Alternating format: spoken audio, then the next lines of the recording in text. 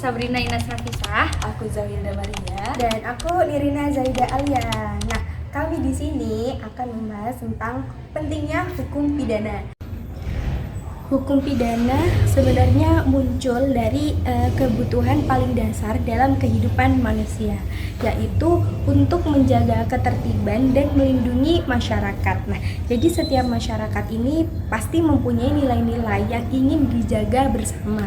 Dan hukum pidana inilah yang berfungsi memberi batas yang jelas tentang perilaku mana sih yang boleh dilakukan dan perilaku mana yang tidak boleh dilakukan, begitu.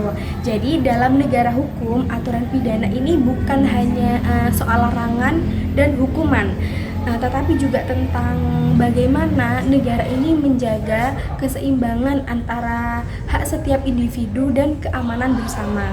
Oleh karena itulah, memahami hukum pidana berarti memahami bagaimana suatu perbuatan itu dianggap sebagai kejahatan dan bagaimana seseorang ini dimintai pertanggungjawaban atas perbuatannya tersebut, dan apa tujuan dari pemberian saksi pidana tersebut, begitu. Oke, selanjutnya aku akan membahas terkait sejarah hukum pidana. Nah, dalam perkembangannya di Indonesia, hukum pidana itu melalui beberapa masa, teman-teman. Yang pertama pada zaman VOC, yang mana masyarakat pribumi itu tetap tunduk terhadap hukum adat. Nah, sementara VOC sendiri itu memberlakukan aturan pidana sendiri melalui Statutan Van Batavia, yang mana itu untuk wilayah dan juga kepentingan dagangnya, seperti itu. Nah, kemudian pada masa Hindia Belanda, hukum pidana kolonial itu mulai disusun lebih teratur, teman-teman, yang mana termasuk penerapan pidana kerja paksa dan juga perbedaan KUHP bagi golongan Eropa dan juga Bumi Putra. Nah, kemudian berdasarkan asas konkordansi itu diberlakukan yang namanya Wetboek van Strafrecht voor Nederlands Indie, yang mana itu terjadi pada tahun 1918 sebagai dasar hukum pidana. Nah, pada masa pendudukan Jepang, aturan ini itu tetap berlaku dengan penyesuaian tertentu.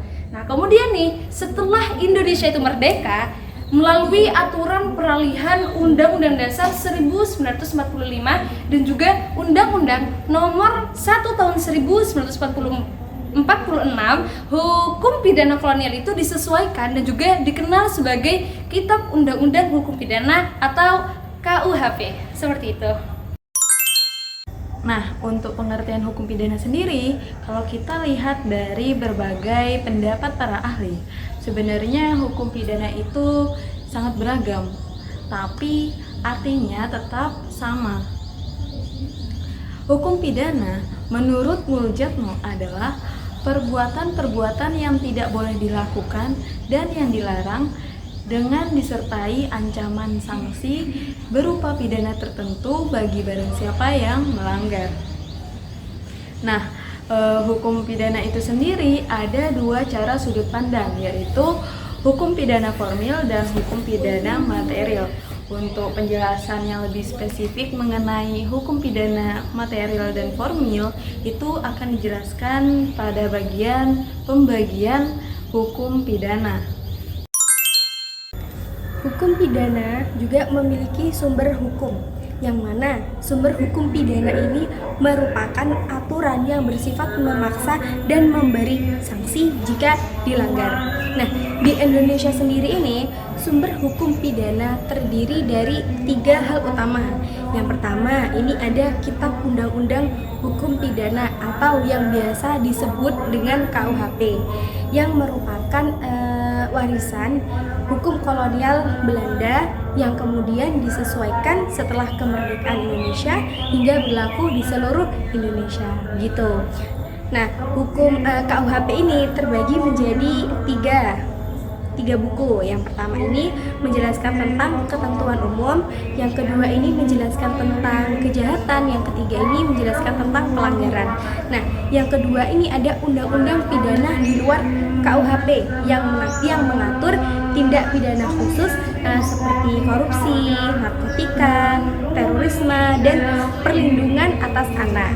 Nah, yang ketiga ini ada hukum pidana adat yang tidak tertulis tetapi masih diakui dan berlaku di daerah tertentu, asalkan sesuai dengan nilai keadilan dan ketentuan peraturan perundang-undangan berdasarkan Undang-Undang Darurat Nomor 1 Tahun 1951 Pasal 5 Ayat 3 sub B. Oke, selanjutnya hukum pidana itu dibagi ke dalam beberapa bagian, teman-teman. Yang pertama ada namanya hukum pidana objektif atau ius punale. Yang kedua ada namanya hukum pidana subjektif atau ius puniendi. Oke, pembahasan pertama terkait hukum pidana objektif, yang berarti aturan yang berisi keharusan dan larangan yang mana jika dilanggar maka akan dikenai suatu hukuman. Nah, hukum pidana objektif sendiri itu dibagi lagi menjadi dua, teman-teman. Ada namanya pidana material, ada namanya pidana formil. Nah, kalau pidana material itu berarti mengatur perbuatan-perbuatan apa yang dapat dihukum, siapa yang dapat dihukum, dan jenis hukumannya itu apa. Nah, misalnya nih, pencurian. Nah, pencurian ini kan diatur dalam KUHP, yang mana itu karena perbuatan yang dilarang. Dan pelakunya ini dapat dipidana, yakni pidana penjara. Nah, itu contoh dari hukum material. Nah, kemudian hukum pidana formil atau hukum acara pidana itu mengatur cara penegak hukum pidana, mulai dari penyelidikan dan hingga putusan pengadilan. Nah, kemudian yang selanjutnya terkait hukum pidana subjektif atau ius puniendi, yang berarti hak negara untuk menghukum pelaku tindak pidana sehingga masyarakat itu tidak boleh bertindak main hakim sendiri kayak gitu. Nah, selain itu teman-teman, dikenal pula hukum pidana umum yang berlaku bagi semua orang. Ada juga hukum pidana khusus yang mana itu berlaku untuk orang atau perbuatan-perbuatan tertentu seperti hukum pidana militer ataupun tindak pidana korupsi, yang mana tindak pidana korupsi ini yang diatur dalam undang-undang khusus seperti itu. Selanjutnya saya akan menjelaskan asas-asas hukum pidana yang merupakan prinsip dasar dalam penerapan hukum pidana, yang mana terdiri dari asas yang diatur dalam KUHP dan asas di luar KUHP. Nah, salah satu asas terpentingnya adalah asas legalitas, yang berarti seseorang ini hanya dapat dipidana jika perbuatannya tersebut telah diatur dalam undang-undang sebelum perbuatan itu dilakukan. Nah, sehingga hukum pidana ini tidak berlaku surut dan tidak boleh menggunakan analogi. Nah, contohnya ini, seseorang tidak bisa dipidana karena perbuatan yang baru dilarang oleh undang-undang setelah perbuatan itu terjadi atau dilakukan. Nah, jadi asas ini itu melarang penggunaan analogi dan juga menegaskan bahwa hukum pidana ini tidak berlaku surut begitu, sehingga bertujuan mencegah kesewenang-wenangan aparat penegak hukum. Nah, selanjutnya ini terdapat asas teritorial yang menyatakan bahwa setiap orang yang melakukan tindak pidana di wilayah Indonesia ini dikenai hukum pidana di Indonesia gitu. Misalnya ada warga negara asing yang melakukan pencurian di Indonesia. Nah, ini tuh tetap diproses dengan KUHP Indonesia begitu. Nah, asas ini juga berlaku untuk tindak pidana yang terjadi di kapal atau pesawat terbang yang berbendera Indonesia. Nah, meskipun tindak pidana yang dilakukan ini berada di luar wilayah Indonesia, tetapi dengan beberapa pengecualian seperti kepala negara asing, lalu atau ini diplomat yang memiliki hak imunitas. Nah, yakni kekebalan hukum yang melindungi pejabat publik gitu. Oke, selanjutnya itu ada yang namanya asas nasionalitas pasif, yang berarti asas yang melindungi kepentingan negara Indonesia dari kejahatan yang dilakukan di luar negeri, seperti kejahatan terhadap keamanan negara. Contohnya nih, orang asing yang melakukan tindakan makar terhadap Indonesia dari luar negeri. Nah, hal itu tuh tetap dapat dijerat hukum pidana Indonesia. Seperti itu. Nah, kemudian ada juga yang namanya asas nasionalitas aktif, yang berarti hukum pidana Indonesia itu dapat berlaku terhadap warga negara Indonesia yang melakukan kejahatan tertentu di luar negeri. Kayak gitu, misalnya kejahatan terhadap keamanan negara atau penghinaan terhadap presiden, kayak gitu. Nah, kemudian teman-teman, di luar KUHP, Kitab Undang-Undang Hukum Pidana itu dikenal yang namanya asas Geenstraf zonder schuld, yang artinya tidak ada pidana tanpa kesalahan. Nah, asas ini itu menegaskan bahwasannya seseorang itu tidak cukup hanya melakukan perbuatan pidana saja, akan tapi juga harus terbukti bersalah, baik itu sengaja maupun karena kelalaian, karena kealpaan atau sengaja, kayak gitu. Contohnya, seseorang tidak dapat dipidana jika perbuatannya itu terjadi di luar kehendak dan tanpa kesalahan. Nah, karena dalam hukum pidana itu hanya dapat dijatuhkan kepada orang yang benar-benar dapat dipertanggungjawabkan atas perbuatannya. Seperti itu. Selanjutnya, itu mengenai tindak pidana. Menurut Muljatno, istilah strafbarvid itu sebagai perbuatan pidana. Nah, pengertian pidana menurut beliau adalah perbuatan yang dilarang oleh suatu aturan hukum, larangan mana disertai ancaman sanksi yang berupa pidana tertentu bagi barang siapa yang melanggar larangan tersebut. Nah, dapat juga dikatakan bahwa perbuatan pidana adalah perbuatan yang oleh suatu aturan hukum itu dilarang dan diancam pidana, asal saja dalam pada itu diingat bahwa larangan ditujukan kepada orang yang menimbulkan kejadian itu. Selanjutnya ini ada unsur-unsur tindak pidana menurut Simons. Ini ada 5 macam, yaitu yang pertama, ini perbuatan manusia.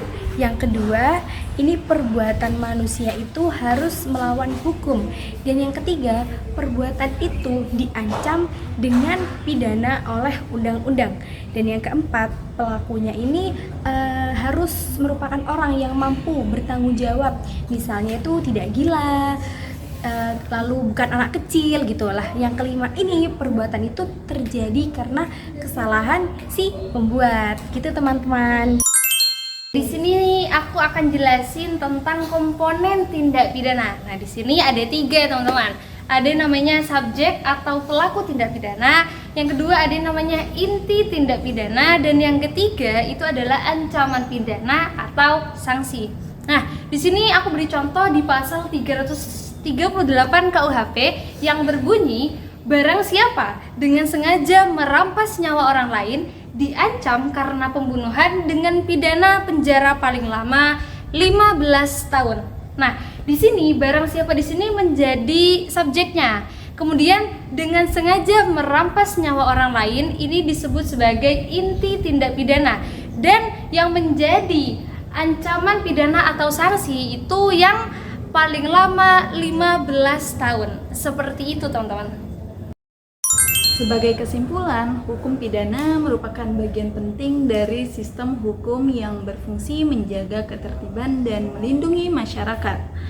Hukum pidana mengatur perbuatan yang dilarang, siapa yang dapat dimintai pertanggungjawaban, serta sanksi yang dapat dijatuhkan.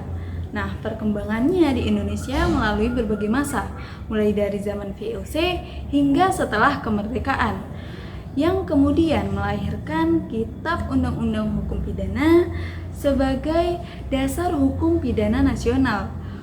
Hukum pidana memiliki sumber hukum pembagian fungsi, serta asas-asas penting seperti asas legalitas, teritorial, nasionalitas, dan asas tidak ada pidana tanpa kesalahan. Nah, melalui aturan dan asas tersebut, hukum pidana itu diharapkan mampu menciptakan keadilan, memberikan perlindungan bagi masyarakat, serta mencegah terjadinya kejahatan. Oke, sebelum kita mengakhiri pembahasan kita nih, pantun dulu gak sih? Boleh. Pagi hari melihat mentari. Cakep. Angin sejuk menyapa rasa. Cakep. Hukum pidana perlu dipelajari Supaya keadilan bisa terasa. Sekian dari kami, semoga apa yang kami sampaikan itu bisa bermanfaat bagi kita semua. Sampai jumpa dan Bye-bye.